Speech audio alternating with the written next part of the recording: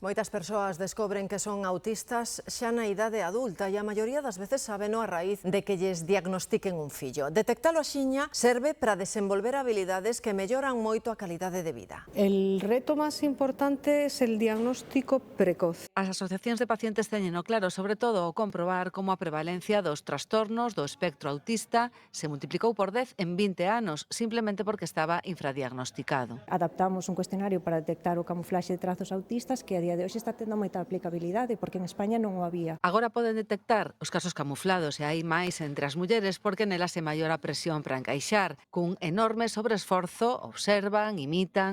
Non pode amosarse como é realmente, hai unha perda de autoestima, é unha forma diferente de percibir o mundo, non? Desde os que pasan desapercibidos pero cunha gran presión que lles provoca sufrimento ás persoas que apenas poden levar unha vida funcional sen axuda, o espectro autista é moi amplo. Un de cada 100 nacementos é un TEA. A xenómica e a psicoloxía lograron xa grandes avances no diagnóstico para que as súas vidas sexan mellores.